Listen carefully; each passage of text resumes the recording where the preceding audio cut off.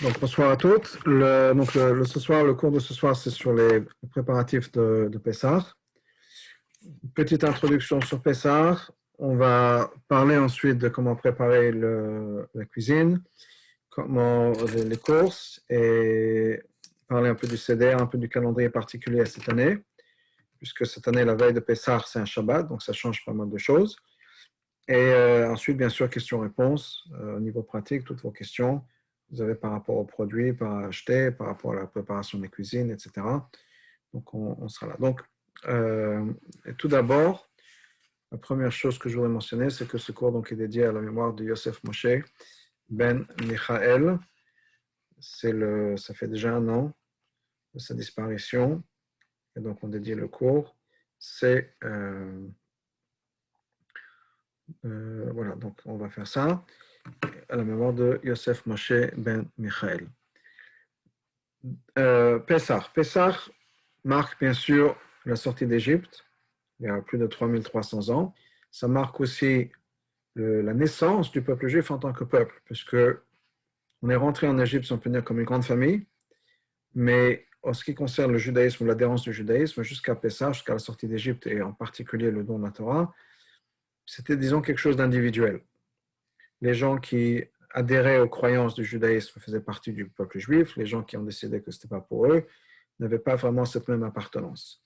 À partir du moment où on est sorti d'Égypte et quelques semaines plus tard le don de la Torah, on est maintenant un peuple, le peuple élu, le peuple qui a été choisi par Hachem, et à partir de ce moment-là, c'est plus quelque chose de volontaire, on est un peu comme Obélix, on est tombé dedans quand on était petit, et maintenant on ne peut plus le défaire, c'est-à-dire on appartient au peuple juif, on peut bien sûr joindre le peuple juif, par conversion quand on accepte la Torah et les mitzvot et la croyance en Dieu, mais c'est quelque chose qui ne dépend plus de nous. Ce n'est plus une question d'adhérence et une croyance particulière.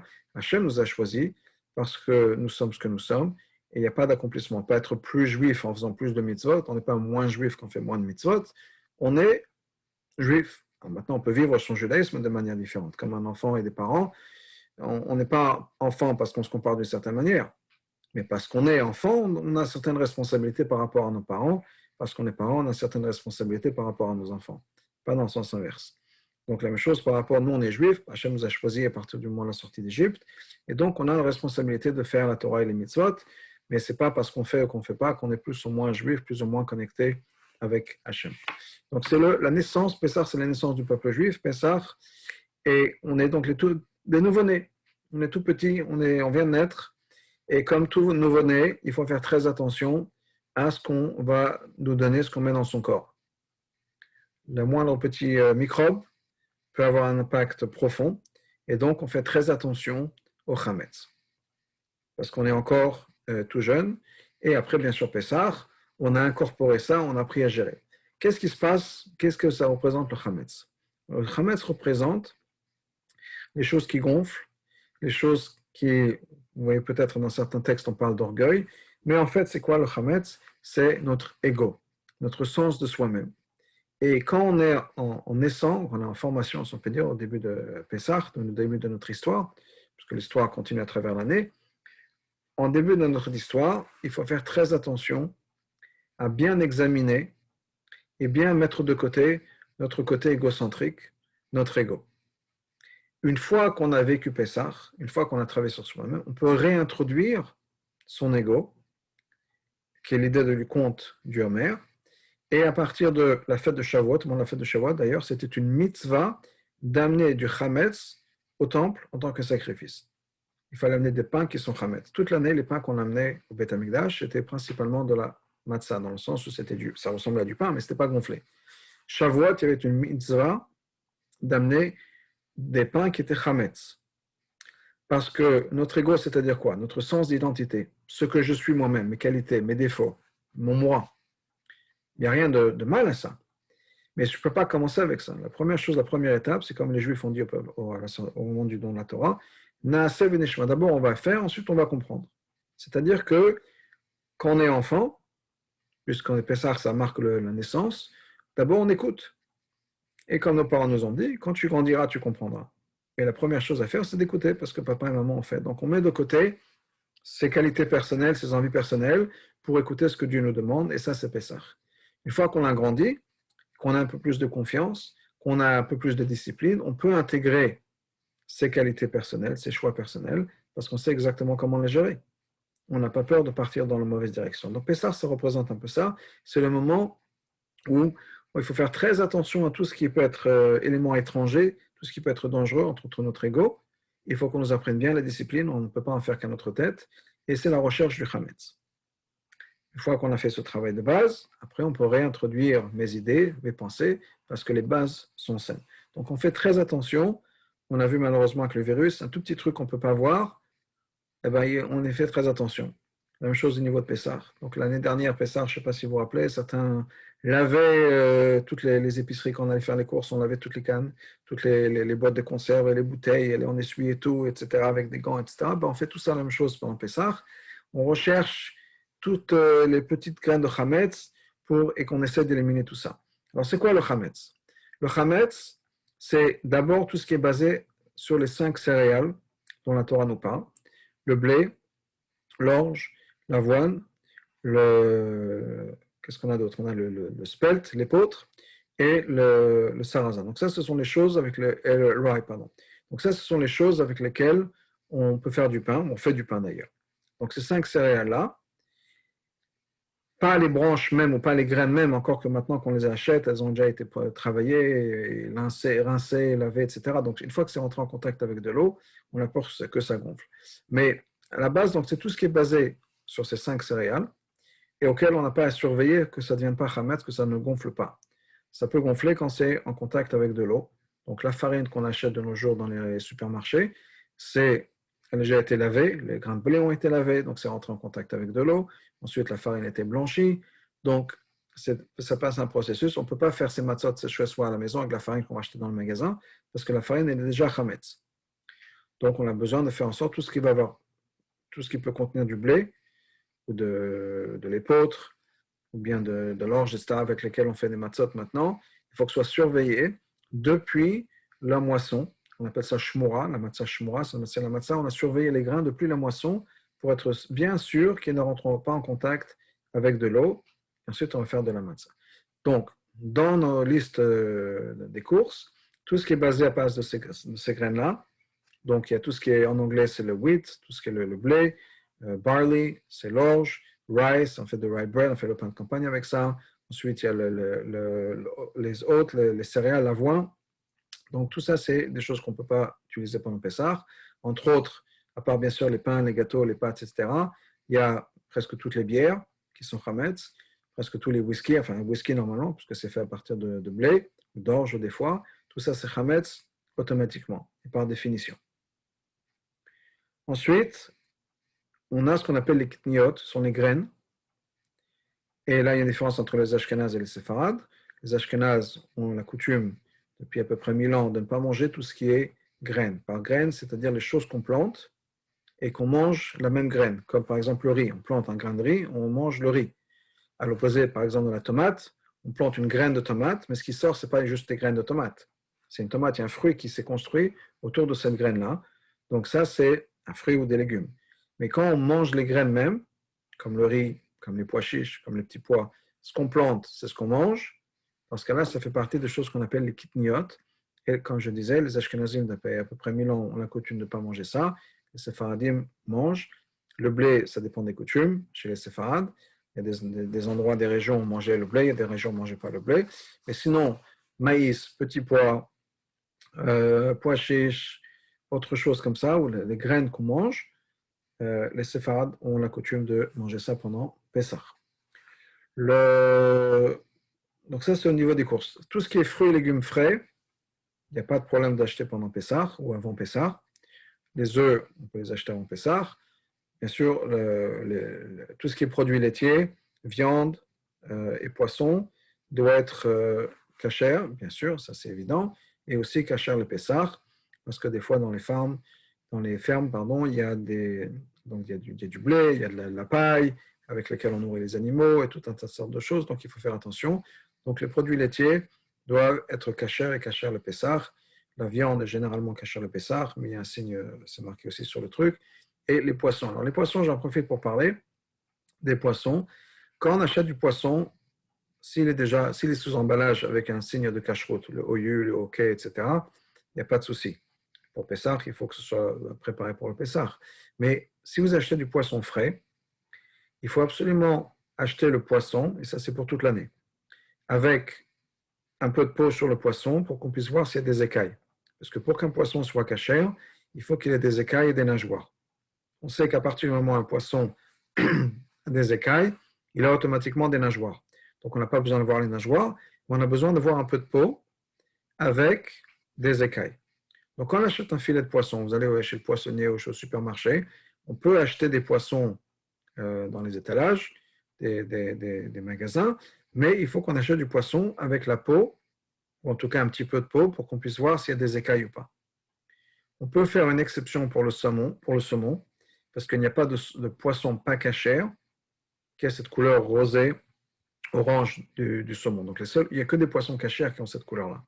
Donc on peut acheter du saumon ou de la truite saumonée, même s'il n'y a pas de peau. Mais sinon, si on va acheter du poisson, il faut absolument qu'il y ait la peau pour qu'on puisse voir les écailles. On ne peut pas juste acheter comme ça du poisson chez le poissonnier, même s'il y a une étiquette qui nous dit que c'est de la sole, que c'est le tilapia, que c'est autre chose. Les poissons, il y a des poissons avec les mêmes noms qui sont cachers, il y en a qui ne sont pas cachers. Les thons, par exemple, il y a des thons cachers, il y a des thons pas cachers. Et malheureusement, il y avait un article d'ailleurs encore une fois cette semaine, il y a tout un trafic de poissons, si on peut dire, où ils donnent des noms aux poissons qui ne sont pas du tout les vrais poissons. Personne ne vérifie, et même s'il vérifie, c'est très rare. Donc, on n'est jamais sûr à 100% que le poisson qu'on achète, c'est vraiment le poisson qui est décrit, avec l'étiquette derrière. À moins qu'il y ait bien sûr une supervision entre deux cache-routes, mais ce n'est pas toujours évident. Donc, il faut absolument qu'il y ait soit un symbole de cache-route sur le poisson qu'on achète, soit qu'on puisse voir la peau. Et même si on dit que c'est un poisson caché, on nous dit que c'est du thon, c'est de la sole, il faut absolument voir la peau pour qu'on achète le poisson. Donc, ça, c'est vrai pour toute l'année. Pas juste pour Pessah, important quand vous achetez du poisson. Tout ce qui est au-delà des fruits et légumes et au-delà donc de la viande, des produits laitiers et du poisson, bien sûr la matzah, les autres produits manufacturés, quels que soient les produits que vous voudrez acheter, il faudra de manière générale avoir une cache-route pour Pessah. Okay? Donc il y a des exceptions. Le sel, par exemple, est quelque chose dont on peut se servir toute l'année. Inclus, et Pessah inclus, il n'y a pas besoin d'avoir une cache-route particulière pour le sel, mais il faudrait quand même acheter un nouveau pot de sel pour Pessah, parce que le sel, souvent, on verse sur les casseroles ouvertes, etc., alors qu'elles sont en train de cuire. Et donc, il y a des vapeurs de chametz qui rentrent dans les boîtes de sel, donc il faudra acheter une boîte nouvelle, mais pas besoin d'avoir une cache-route particulière pour le sel. Donc ça, c'est les ingrédients. Encore une fois, si vous avez des questions, vous pouvez les écrire ou les envoyer dans le chat, dans la discussion, et j'y répondrai au fur et à mesure. Donc ça, c'est au niveau des produits. Alors, parlons un peu de la cachérisation de la cuisine. Et encore une fois, si vous avez des questions particulières, je vais juste rentrer dans les grandes lignes. Et s'il y a des questions particulières, écrivez-moi ça. Et on y répondra à Bezrat Hashem. Donc, le plus simple dans la cuisine, c'est le frigo. Il faut juste bien le nettoyer. Et une fois qu'on l'a bien nettoyé, faites attention aussi dans le caoutchouc, il y a souvent des miettes ou de la saleté qui se met dans le caoutchouc autour de la porte. Donc faites attention à ça. Bien nettoyer. Il y en a qui préfèrent ensuite couvrir les étagères du frigo avec quelque chose, une couche de papier aluminium, une couche de sopalin. Comme ça c'est pas en contact direct. Mais sinon, ça suffit de bien avoir nettoyé le frigo. Ensuite, on va regarder des questions. Alors, on va poser la question sur les Coca-Cola. Alors, le Coca, ils vendent du Coca caché le Pessah, normalement. Généralement, ils ont un capuchon jaune pour pouvoir faire la différence. Il y a deux problèmes pour le Coca. Un, bien sûr, la fabrication. Comme tout, on n'est pas sûr à 100% de ce qui se passe dans les lignes de fabrication. Donc, c'est bien d'avoir quelqu'un qui regarde pour être sûr qu'il n'y a pas de trametz ou d'autres choses qui s'est infiltré. Deuxièmement, et ça c'est un problème pour les Ashkenazim, mais les États-Unis c'est un pays Ashkenaz de manière générale, de manière que, je sais pas, le Maroc, c'est un pays séfarade, même s'il y a des Ashkenazim qui habitent là-bas. Eh bien, les États-Unis, pour l'instant, un pays plutôt Ashkenaz. Et les Ashkenazes ne prennent pas de maïs, ça fait partie des kitniyot. Et comme vous le savez, aux États-Unis, il y a du sirop de maïs qui rentre dans tout. Donc, il faut une production kasher le Pessah sans sirop de maïs. Il remplace le sirop de maïs par un autre sucre, ce qui est d'ailleurs généralement plus meilleur pour la santé. Donc, il y a beaucoup de produits kasher le Pessah où il n'y aura pas de sirop de maïs, le coca, les ketchup, etc. Ça ne veut pas dire que si on est séfarade, on n'a pas besoin de faire attention à la kasher de Pessah, parce que comme j'ai dit, il peut y avoir d'autres problèmes. Mais en tout cas, quand c'est kasher le Pessah, on est sûr qu'il n'y a aucun problème. Et la raison pour laquelle il faut encore plus attention, c'est justement remplacer le sirop de maïs dans tous les produits dans lesquels il pourrait y avoir. Okay? Donc, c'est pour ceux qui font attention au sirop de maïs, vous essayez d'éviter, pour vous, pour les enfants. C'est une bonne occasion de faire le plein de, comme je disais, de ketchup ou d'autres choses. Comme ça, c'est un peu moins pire pour la santé, puisqu'ils enlèvent ça pendant Pessah. Donc, je reviens Alors, pour l'Abdikat Hametz, j'ai une question. L'Abdikat Hametz, je vais revenir dans le calendrier. On va parler de ça. Donc, je continue la cuisine plus ou moins. Donc, on a nettoyé le frigo, on l'a fait. Ensuite, les placards, la même chose, bien nettoyé. Alors, personnellement, on ne se sert pas, chez nous, des placards pendant Pessah. Et comme ça, bon, on les nettoie pour les nettoyer, mais après, on vend tout ce qu'il y a à l'intérieur avec le Hametz. Donc, c'est inclus dans la vente du Hametz, c'est beaucoup plus facile.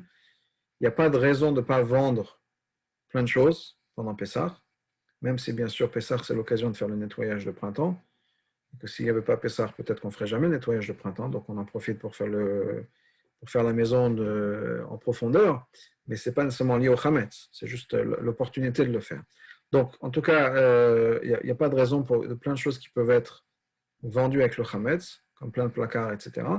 Donc, en tout cas, si vous allez vous servir de placards pour Pessah, bien les nettoyer.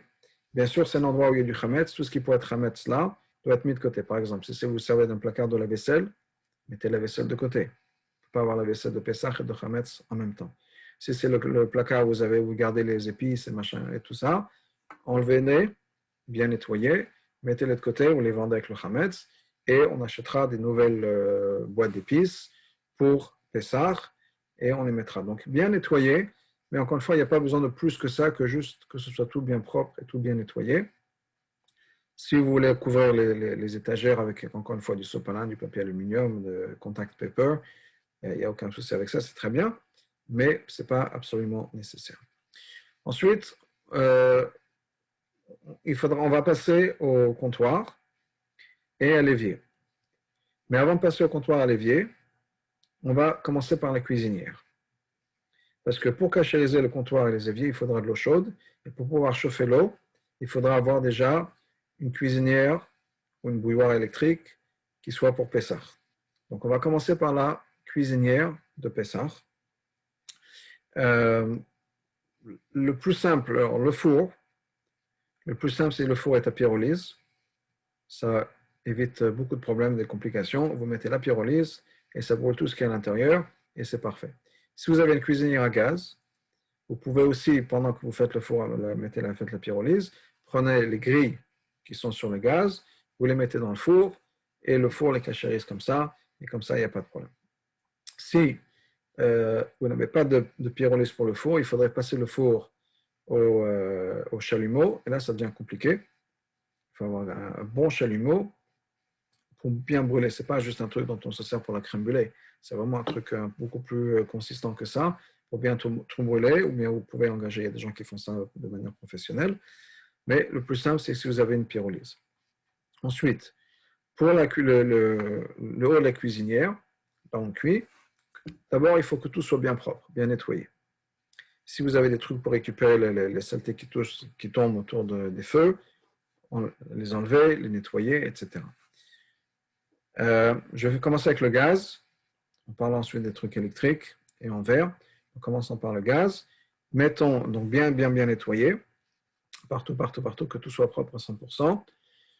Allumez les feux au maximum pendant 3/4 d'heure, 1 heure, jusqu'à que tout brûle bien comme il faut. Et la partie du milieu, entre les feux, on peut verser de l'eau bouillante.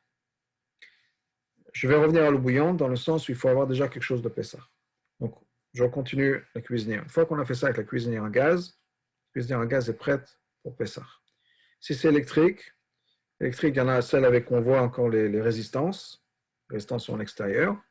On la fait chauffer jusqu'à ce que ce soit rouge. Ça va généralement assez vite. En 10 minutes, 1/4 d'heure, c'est bien rouge, etc. Et ça a été cacharisé. Si vous avez électrique où on ne voit pas les résistances, elles sont couvertes, dans ce cas-là, encore une fois, vous les faites chauffer pendant une bonne demi-heure, jusqu'à ce que ce soit bien chauffé au maximum, c'est brûler tout ce qu'il puisse avoir. Si c'est des plaques en verre, à part les inductions, ce qu'on appelle induction, c'est-à-dire qu'ils ne marchent que quand on met une casserole en métal dessus. Ça, c'est très compliqué à cachériser, ou même peut-être pas cacherisable. Mais si vous avez toutes les sortes de plaques en verre, c'est, encore une fois, faire chauffer au maximum pendant une bonne demi-heure, 3/4 d'heure, et ensuite l'eau bouillante sur le reste de la plaque en verre. Donc, une fois qu'on a cacherisé le haut de notre cuisinière, on peut prendre une casserole de Pessah et on va la remplir d'eau. Et avec cette eau-là, on va cachériser les comptoirs et on va cachériser la partie du milieu de notre cuisinière. Pour cachériser quelque chose avec de l'eau, il faut qu'on ne se soit pas servi de cet endroit pendant 24 heures. C'est-à-dire que si vous allez cachériser, par exemple, les comptoirs, il faut qu'on ne se soit pas servi pendant 24 heures des comptoirs à chaud avec du chametz.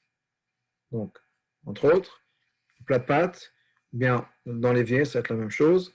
On a cuit des pâtes, on verse l'eau des pâtes dans l'évier, c'est du chametz à 100% chaud, donc il faudra attendre 24 heures après avoir versé cette eau bouillante des pâtes pour pouvoir cachériser.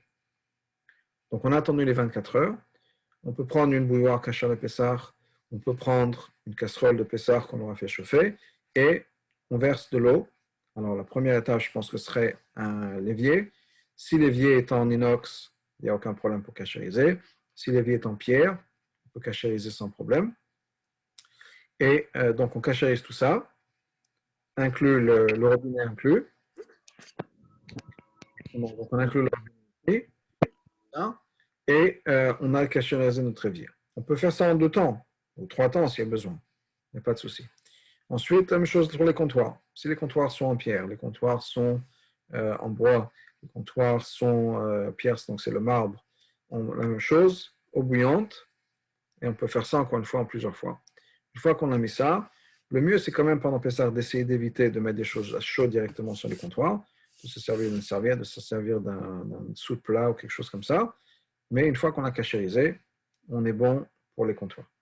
Le truc pour eau chaude, dont on se sert pour Shabbat, les kumkum pour l'eau chaude pour Shabbat. Souvent, ça dépend des familles, mais souvent on met des chalotes de soie à réchauffer ou à décongeler.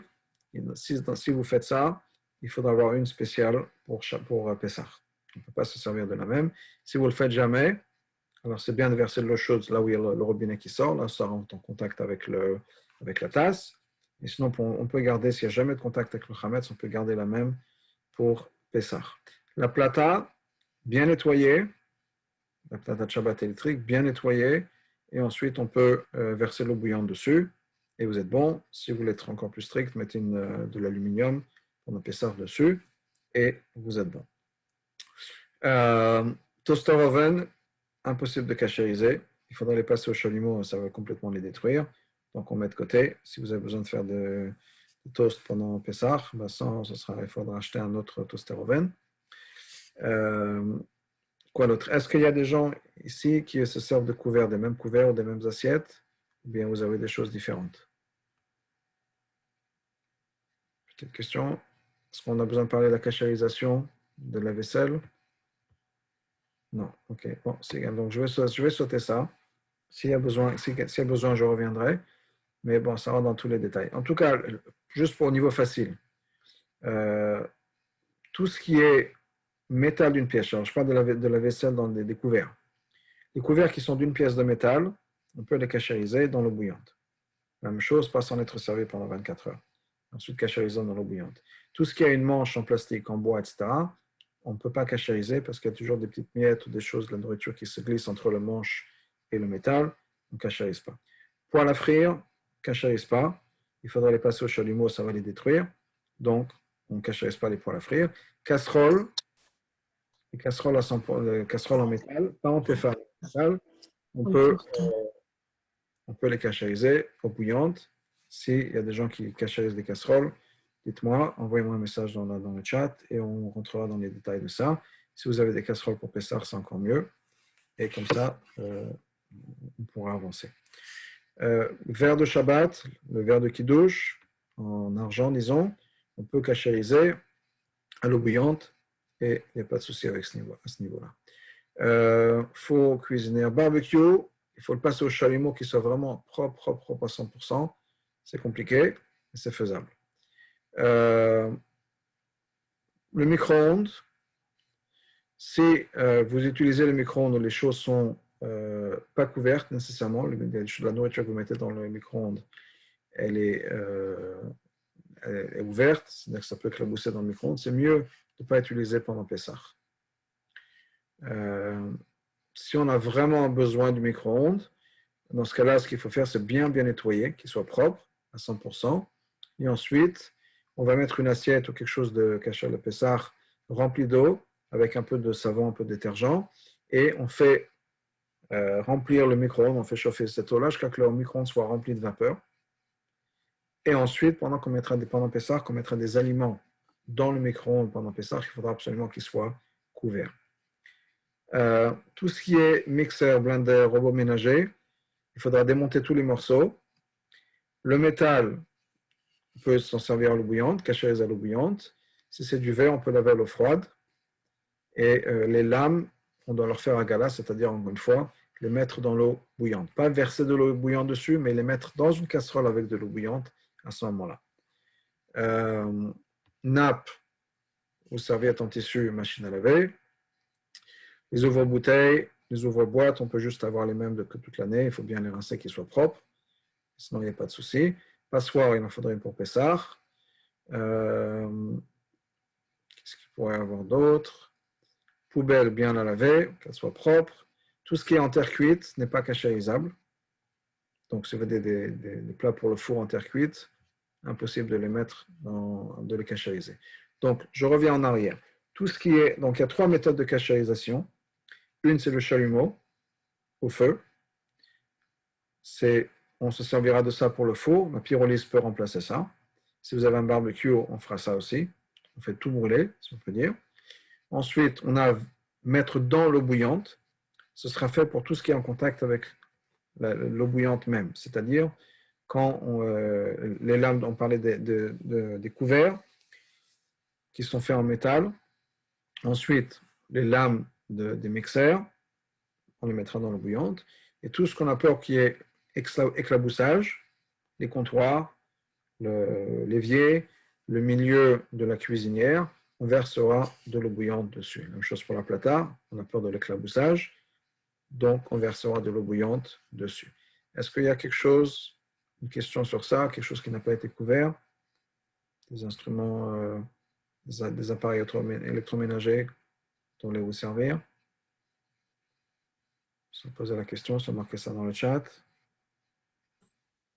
Non, c'est OK. Non? OK. Très bien.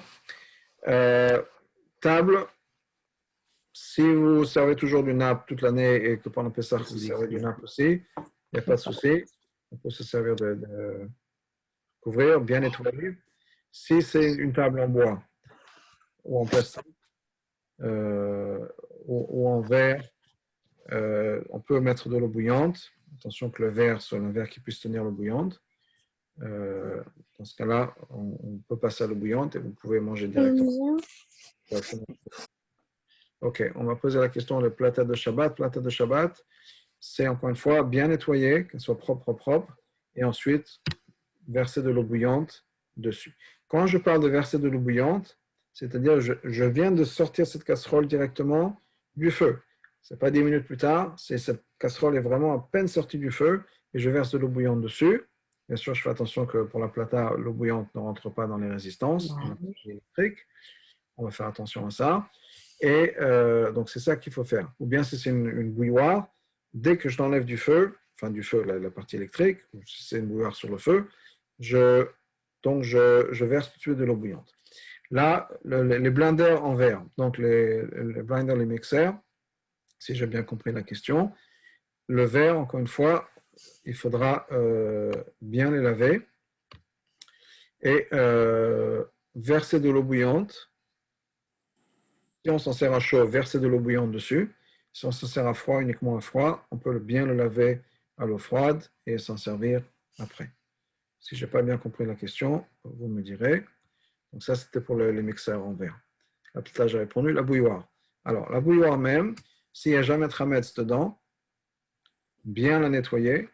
Vous la faites, comment dire, on la fait, je dis mes mots, on la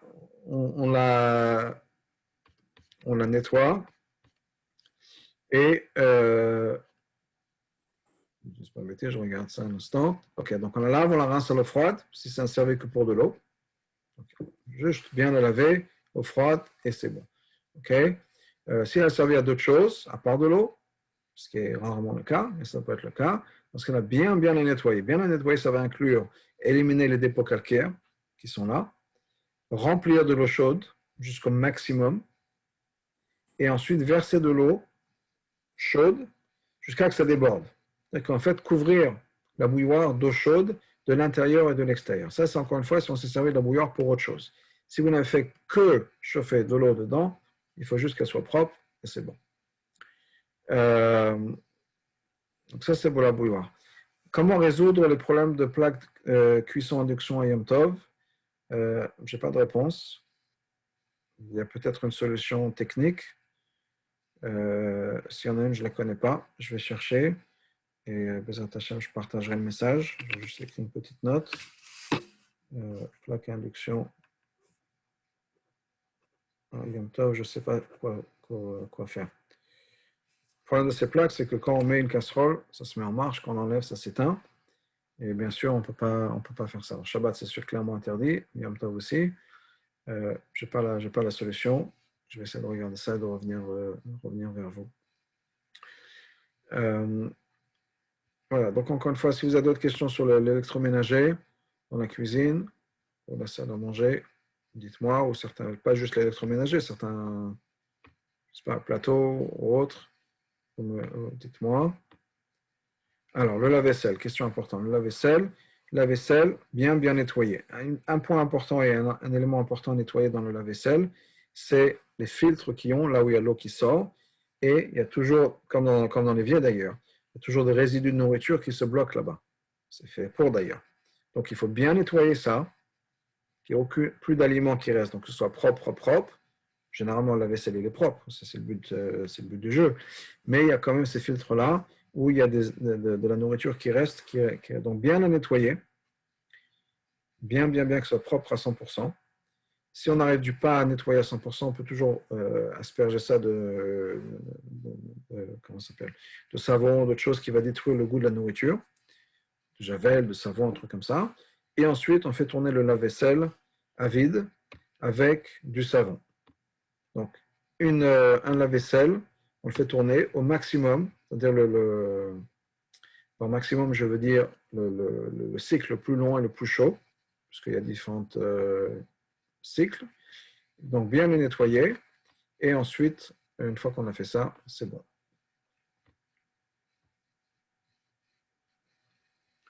Alors, donc ça, c'est pour le lave-vaisselle. Les plateaux en plastique et les planches en plastique à couper. Planches en plastique à couper, changez-les. Elles sont toutes, il y a des rayures, etc. Ça va être c'est très compliqué à nettoyer, à cachériser, etc. Je vous dirais de les remplacer pour Pessah. Les plateaux en plastique. Alors, plateaux en plastique, si ça ne sert que pour du froid, dans le sens où on ne met pas de nourriture chaude sur ça. Dans ce cas-là, on peut s'en servir, bien les nettoyer et s'en servir. Si vous mettez des choses chaudes et qu'il y a peur, vous avez peur que ça se renverse, etc., verse de l'eau bouillante dessus et c'est bon. Donc, encore une fois, bien les nettoyer, comme toujours. On va bien les nettoyer et après, on verse de l'eau bouillante. Si on s'en sert, encore une fois, avec quelque chose qui aura pu se renverser avec chaud. Si c'est froid, juste bien nettoyer. Regarde quelque chose au niveau des plateaux. Ok, donc c'est ce que je vous ai dit, pas de souci. Autre question? Non, c'est bon. Ok. Donc ça, c'est plateau en plastique, planche en plastique. Ok, donc c'était ma dernière question. On a il est de coutume de bien laver les chaises, bien laver les tables. Okay. N'oubliez pas dans la cuisine, au-dessous des placards des armoires. Attention, Il y a des choses qui se mettent là-bas. Faites attention à ça. Et au point, il faut faire attention aussi, c'est les hottes au-dessus des plans de cuisson. Les hottes se remplissent de saleté et c'est très difficile à nettoyer. Très, très difficile à nettoyer. Donc, le mieux, c'est de nettoyer au maximum et je vous dirais, si possible, de les couvrir. Si vous allez cuisiner au même endroit, couvrir la hotte avec un peu d'aluminium ou sinon bien nettoyer. Si vous n'avez pas nettoyé à 100%, vous aspergez encore une fois avec de la javel, avec du fantastique, avec tout ce genre de produits, Ajax ou des trucs comme ça, qui vont détruire les résidus de nourriture qui seront là. Et donc, c'est plus considéré comme du chametz. Donc, bien nettoyer ça. Et si, encore une fois, il reste encore des choses qui ne sont pas propres à 100%, asperger ça d'un produit chimique qui va complètement dénaturer le chametz qui pourrait se trouver là-bas. On a parlé de la cuisine, on a parlé des produits. On continue donc le nettoyage de la maison. Alors, bien sûr, tout endroit où on peut y avoir du chametz, il faut tout bien nettoyer. S'il y a des meubles qui sont souvent, ou qui sont des fois, souvent c'est peut-être un grand mot, qui sont des fois déplacés, il faut déplacer ces meubles-là aussi pour chercher nettoyer le chametz. Par exemple, derrière les canapés. Les canapés, de temps en temps, on les bouge pour nettoyer derrière. Donc, il faudra bouger les canapés pour laver derrière et sûr qu'on élimine bien le chametz. Bien sûr, les coussins des canapés, les lever, bien nettoyer. Vous trouvez des trésors là-bas, entre les Cheerios et l'argent, les pièces d'argent et qui sait quoi d'autre. Vous allez trouver plein de choses là-bas dans les coussins des canapés, donc bien nettoyer ce genre d'endroit. S'il y a des meubles qui ne sont jamais déplacés, des grandes armoires, je veux dire peut-être même le frigo. Dans beaucoup d'endroits, le frigo, on ne bouge pas vraiment. Il n'est pas obligatoire de déplacer ces grands meubles-là. Okay? Si de temps en temps vous déplacez le frigo, alors pour nettoyer derrière, il faudra le faire pour Pessah aussi. Et si c'est vraiment, il reste là-bas, pas obligé de le faire, de déplacer ça pour Pessah, ou les grandes armoires qui ne sont jamais bougées. Donc on peut, on n'est pas obligé de le déplacer. Alors, encore une fois, on aime bien avoir la maison propre et on aime bien déplacer les frigos pour trouver le chametz, trouver ce qu'il peut y avoir derrière. Et souvent on trouve des choses derrière les frigos, entre autres, derrière les cuisinières, mais il n'y a pas nécessairement une obligation d'aller chercher derrière. On me pose la question, est-ce qu'on peut garder l'huile ou le vinaigre balsamique ou les épices déjà ouvertes? On peut les garder, on ne peut pas s'en servir. Tout ce qui a déjà été ouvert, on ne peut pas s'en servir pendant Pessah. C'est mieux d'avoir des trucs, des conteneurs qui ont été fermés, jamais utilisés pendant Pessah. J'en profite pour parler du vinaigre balsamique. Le vinaigre balsamique est à base de vin, donc il doit être absolument cachère. Pas juste acheter d'autres vinaigres, il faut bien qu'il y ait une cacheroute, absolument, puisque c'est comme du vin. Donc, comme le vin doit être cachère à 100%, la même chose pour le vinaigre balsamique. Donc, tout ce qui est sert à la cuisson, et on se sert souvent, on verse directement des épices, ou directement de l'huile, ou directement du vinaigre dans les casseroles, dans les marmites, etc. Donc il y a les vapeurs de cuisson qui sont en contact avec ces conteneurs-là. Il faut qu'on ait absolument des conteneurs différents, nouveaux pour Pessah.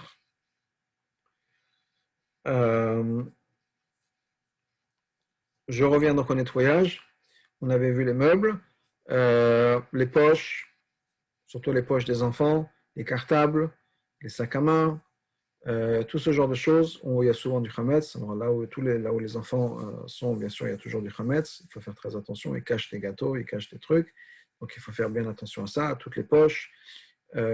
souvent ou des fois, pas souvent, dans les ourlets, les pantalons qui sont relevés, donc il peut y avoir des choses qui tombent dedans aussi, regardez ça. Les sacs à main, bien sûr, on a toujours tout un tas de trucs dans les sacs à main. Bien renverser le sac à main à 100%, nettoyer, faire le tri de tout ce qui se passe, de tout ce qu'il y a dans le sac à main, et s'en débarrasser s'il y a du chametz. N'oublions pas les bagues et les téléphones. Les bagues et les téléphones sont toujours en contact avec nos mains quand on fait la cuisine, on fait la challah, le pain, la cuisson, etc. Donc, si possible, et c'est possible pour certaines choses comme les anneaux de mariage, les alliances, on peut les mettre dans l'eau bouillante, on vient verser l'eau bouillante dessus, ou bien sinon pendant Pessah, on les nettoie bien, et quand on fait la cuisine pendant Pessah, on les met de côté. Comme ça, il n'y a pas de souci d'avoir ça. Donc, bien nettoyer nos bagues, si possible, vous les mettez sur le collier, sur une chaîne, ou sinon, vous pouvez mettre de l'eau bouillante dessus. Si vous avez peur que ça s'abîme, ne le faites pas, mettez-les juste de côté pendant que vous cuisinez. Les téléphones. Les téléphones portables sont avec nous tout le temps. Ils sont sur la table quand on mange, ils sont dans la cuisine quand on cuisine. On n'a pas toujours les mains propres à 100% quand on les touche. Donc, bien les nettoyer, mais ne les mettez pas dans l'eau bouillante, je ne recommande pas ça, mais bien les nettoyer. Et ensuite, bon, faites attention après, vous les mettez pendant Pessah, ne les mettez pas dans les casseroles ou dans les assiettes dans lesquelles on mange pendant Pessah, je ne recommande pas. Mais donc faites attention où vous les mettez, mais bien sûr de les avoir bien nettoyés avant. Okay? En parlant des choses qu'on nettoie bien avant, il y a aussi les portes des placards, les portes dans la cuisine, les portes du réfrigérateur, où des fois on est en pleine cuisson et on touche ça avec les mains sales, donc il y a la nourriture qui se met dedans, qui peut toucher ces portes-là, ces poignées, ces portes, et donc il faut faire attention que tout ça soit bien nettoyé. Donc ça c'est au niveau, donc, je disais, préparatif. On va parler du calendrier. Encore une fois, s'il y a d'autres questions, vous me les posez. On va parler donc du calendrier cette année qui est un peu différent que d'habitude, puisque Pessah est samedi soir, la veille de Pessah c'est un Shabbat. Donc toutes les choses qui sont faites avant, normalement la veille de Pessah, vont être faites en avant. La première chose qu'on va rencontrer, c'est le jeûne des premiers-nés. Le jeûne des premiers-nés est pour les hommes qui sont les premiers-nés, premiers-nés de la mère, premiers-nés du père, les deux. Et ça, c'est pour remercier Hachem que Hachem a sauvé les premiers-nés juifs quand on était en Égypte. Donc on jeûne pour marquer le coup, pour dire ça, pour remercier le fait qu'Hachem nous a sauvés. Donc, premier-né, hommes, à partir de la bar mitzvah, doivent jeûner. Aussi, si un papa n'est pas lui-même un premier-né, mais qu'il a un fils qui est premier-né avant la bar mitzvah, il doit jeûner. Le papa doit jeûner, parce que l'enfant avant la bar mitzvah ne va pas jeûner.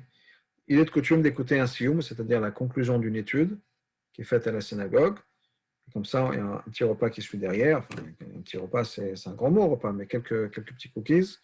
Et donc, on fait une séouda et ça permet de ne pas jeûner. Cette année, ça s'approche à Shabbat, puisqu'il n'y a pas de jeûne le Shabbat.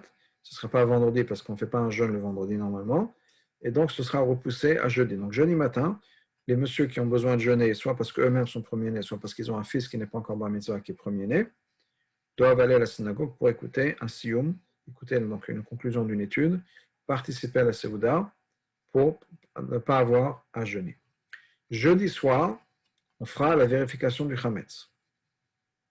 Une année normale, ça aurait été, j'aurais dit, vendredi soir, la veille de Pessah. Cette année, on fera ça à l'avance, on fera ça donc jeudi soir. Donc jeudi soir, bdikat chametz, vérification de chametz, comme on fait d'habitude. Les petits bouts de pain à travers la maison, bien emballés. Ne mettons pas dans les petits bouts de pain comme ça ouverts. On ne veut pas avoir de miettes partout.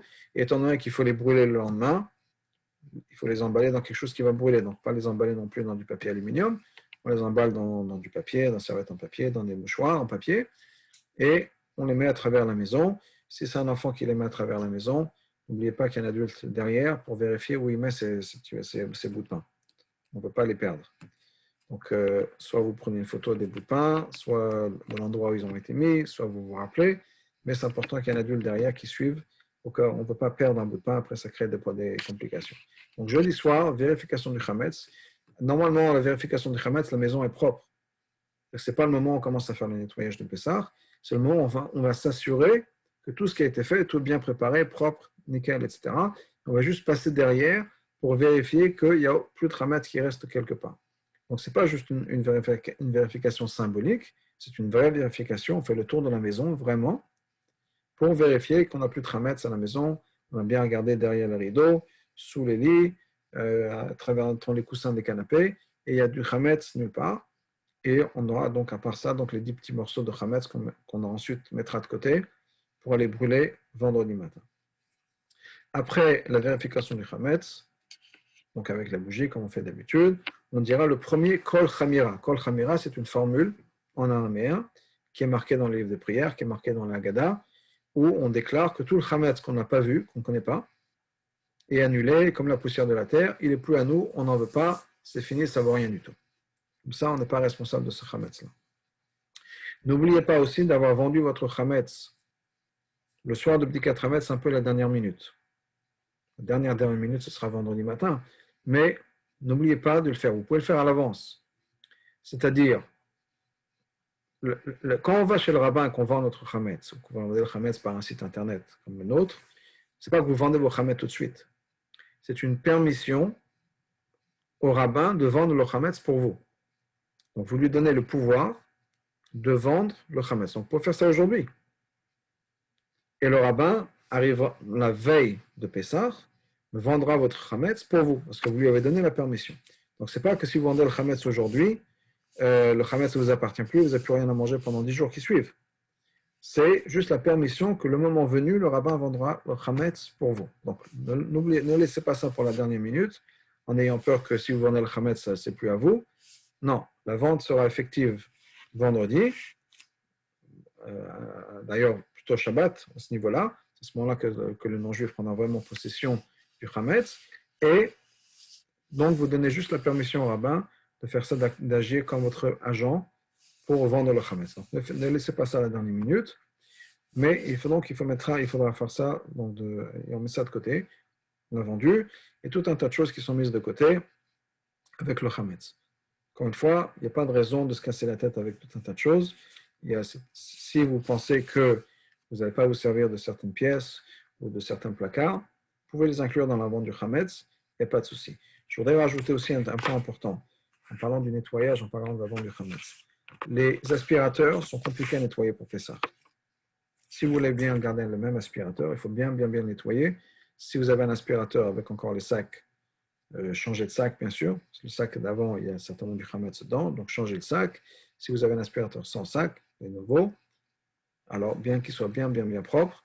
Sinon, c'est peut-être plus facile de le vendre avec le Hametz. Vous mettez de côté ça, dans le placard, et vous le vendez avec le Hametz.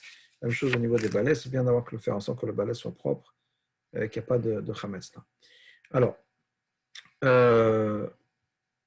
il faudra, et cette année c'est un peu différent que d'habitude, parce qu'on aura besoin de Hametz pendant Pessah, pendant Shabbat. Donc on sera débarrassé de tout le Hametz, mais il faudra quand même manger du Hametz. Donc on va arriver à ça. Donc, jeudi soir, Bdikat Hametz, normal, comme tous les jours. Vendredi, même si en fait, en théorie, on a toute la journée pour brûler le Hametz, mais on essaie de respecter la même chose qu'on fait tous les ans. Donc on va brûler le Hametz le matin, vendredi matin.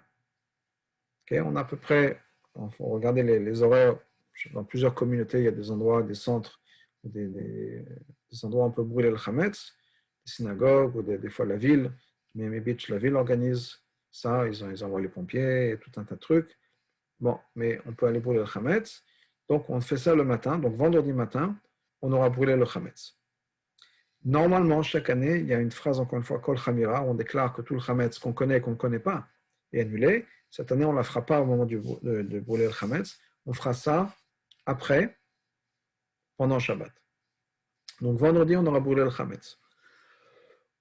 On peut encore consommer du Hametz, bien sûr, parce que ce n'est pas encore Pessah.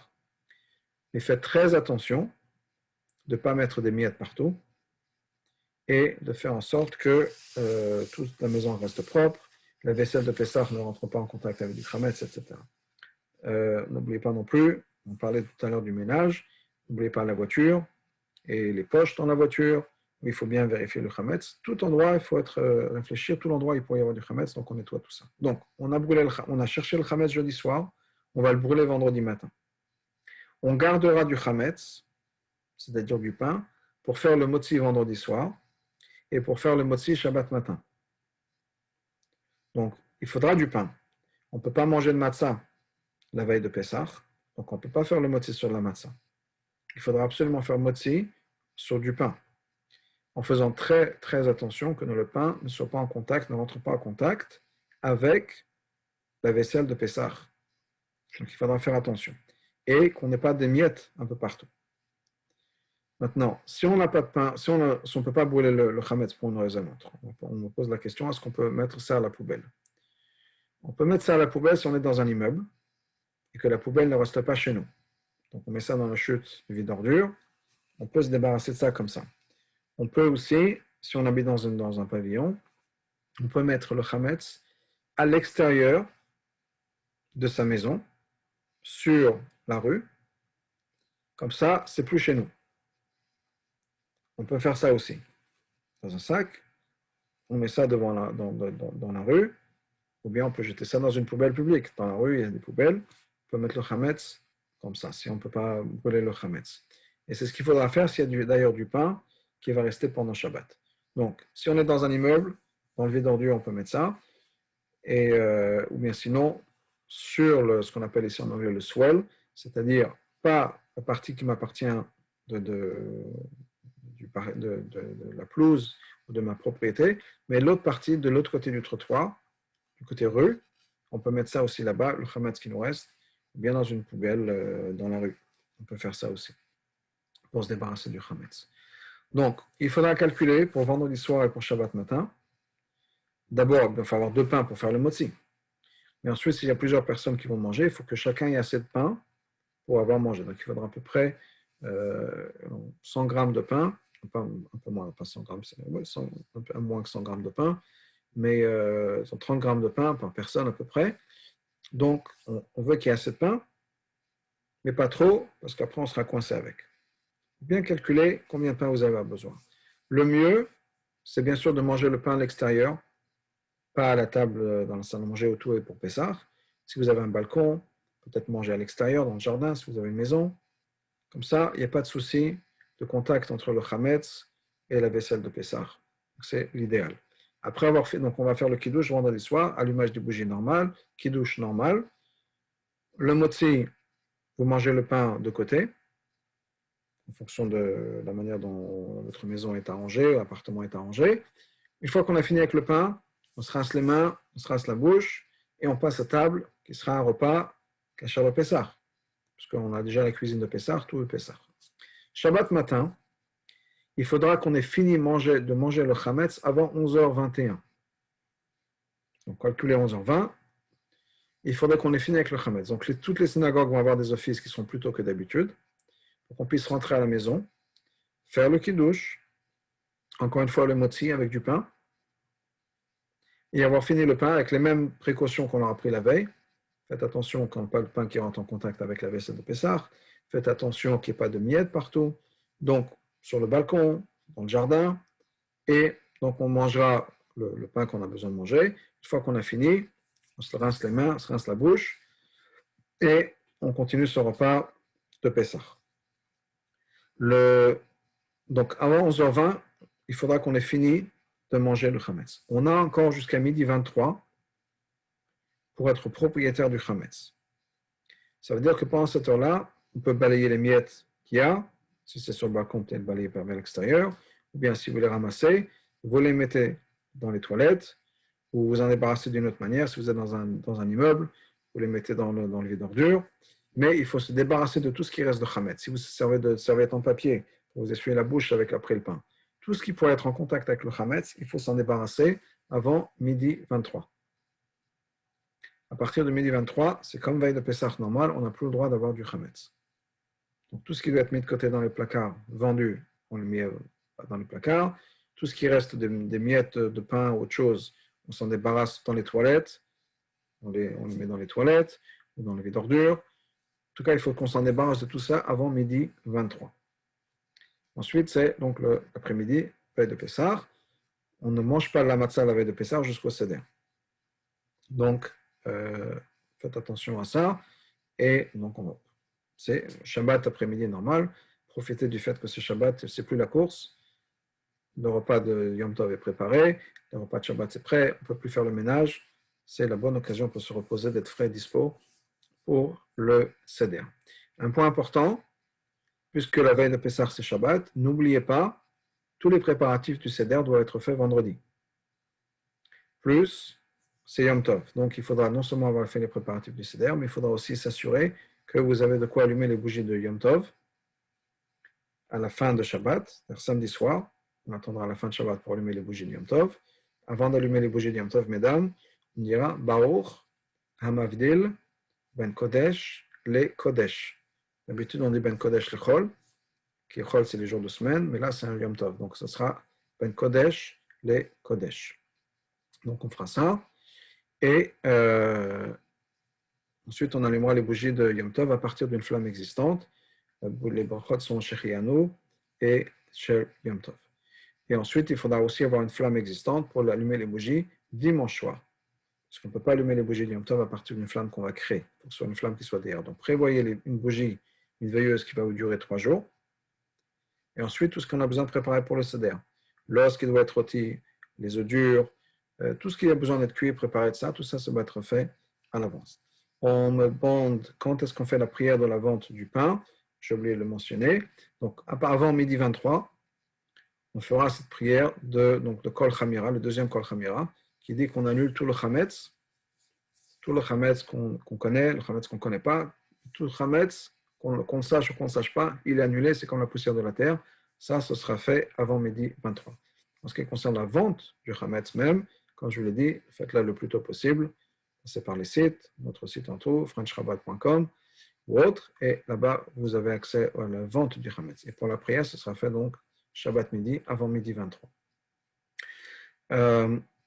Voilà, s'il y a d'autres questions, et entre-temps, pendant que vous réfléchissez aux questions, un petit mot sur le Seder, une petite idée sur le Seder, qui est la chose suivante.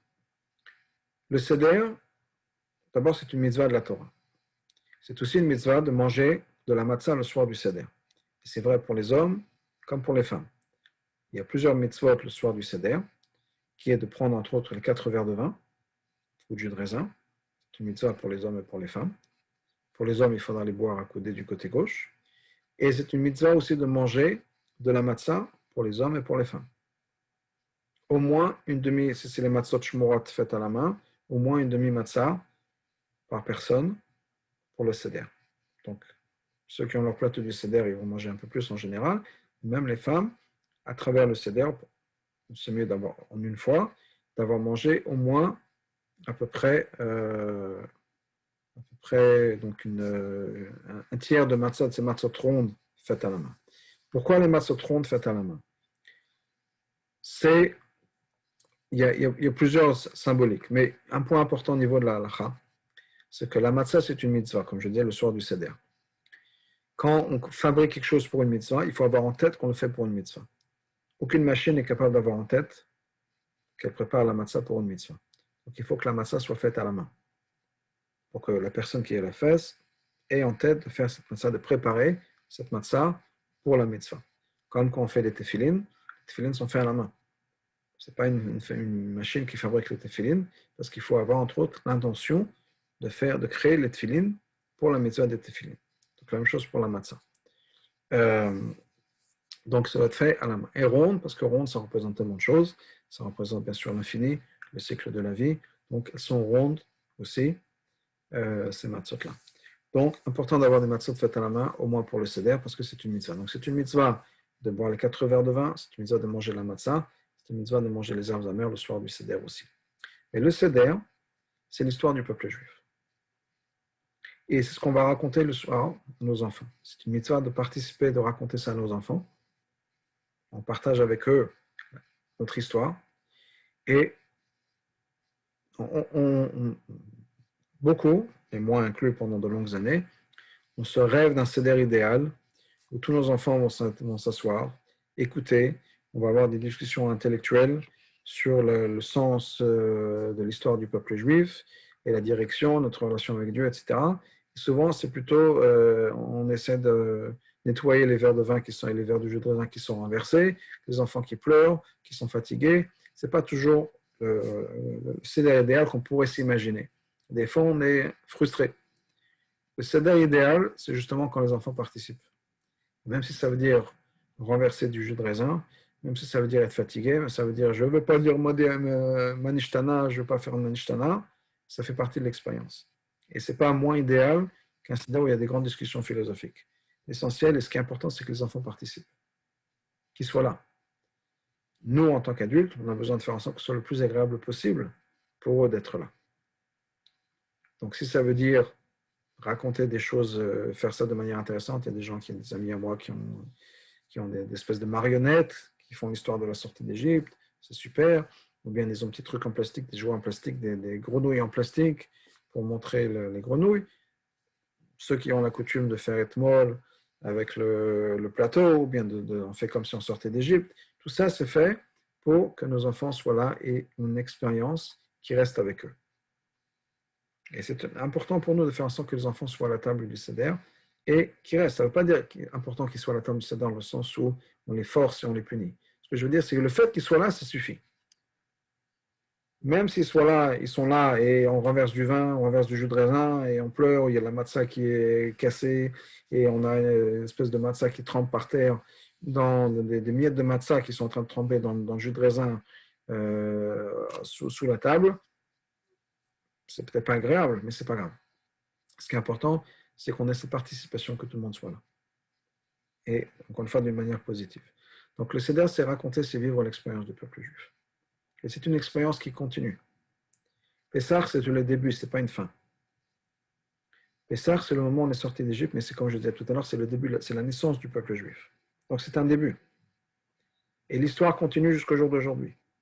Elle se finira avec la venue du Mashiach. D'ailleurs, on célèbre ça à la fin de Pessah, les 2 derniers jours de Pessah.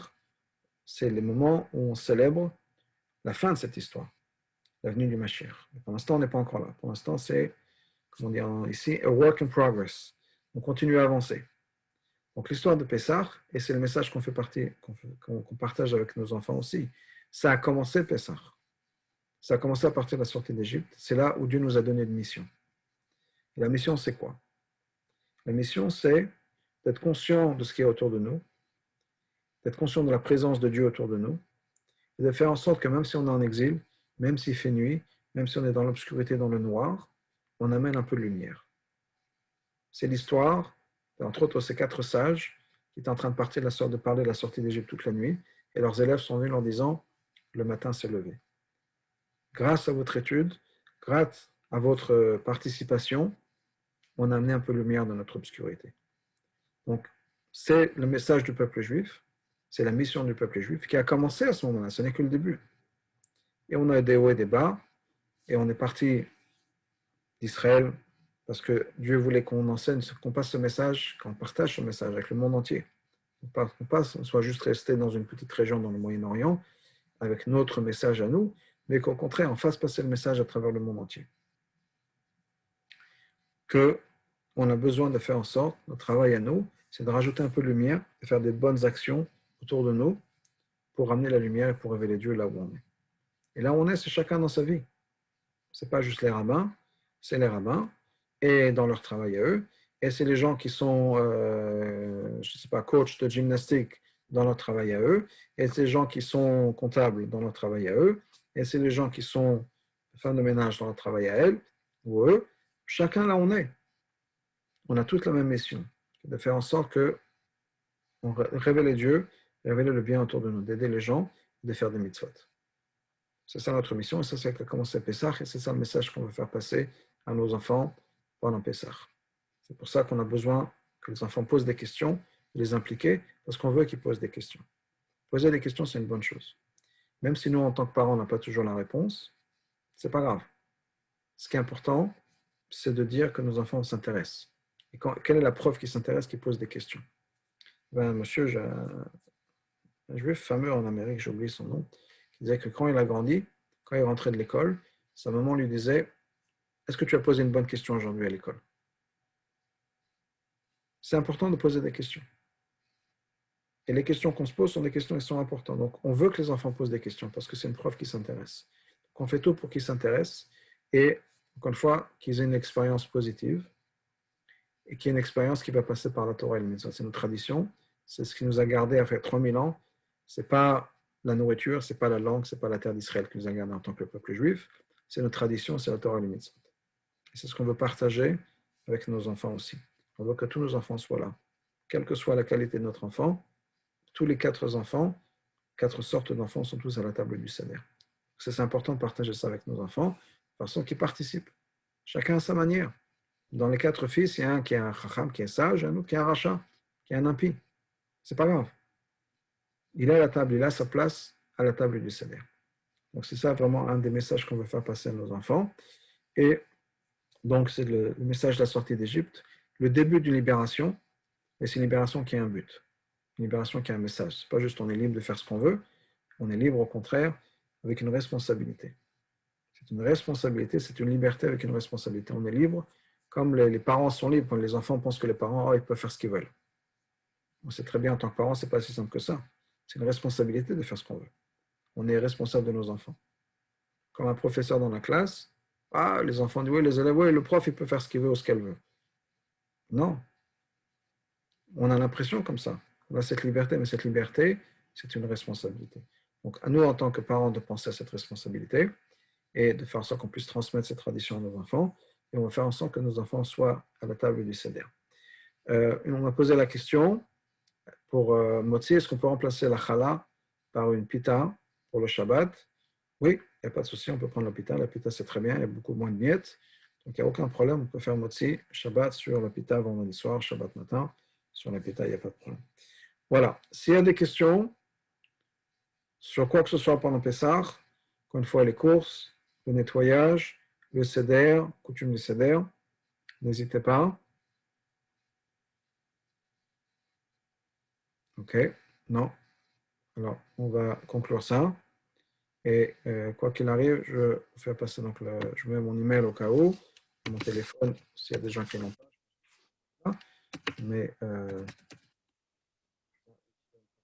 ça c'est mon email. Voilà, si vous avez des questions après, posez.